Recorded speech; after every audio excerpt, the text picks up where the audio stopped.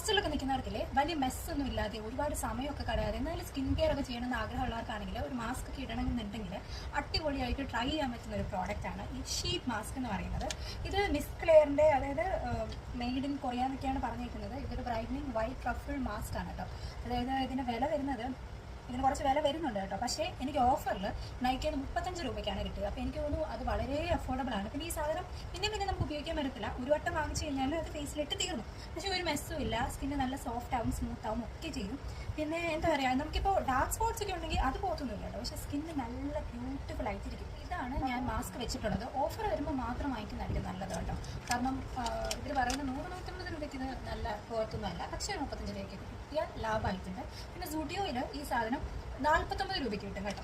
അങ്ങനെ ട്രൈ ചെയ്യണമെന്നുണ്ടെങ്കിൽ അങ്ങനെ ട്രൈ ചെയ്യാം. ഇതിൻ്റെ ഇനിയും ലിക്വിഡ് ഉണ്ട്, അത് നമുക്ക് കഴുത്തിലും കയ്യിലും ഒക്കെ തേച്ച് പിടിപ്പിക്കാം. ഇതിങ്ങനെ വെച്ചിട്ട് ഒരു 15 to ഒരു ഹാഫ് ആൻ അവർ വെച്ചാലും കുഴപ്പമൊന്നുമില്ല, നല്ല സുഖമാണ്.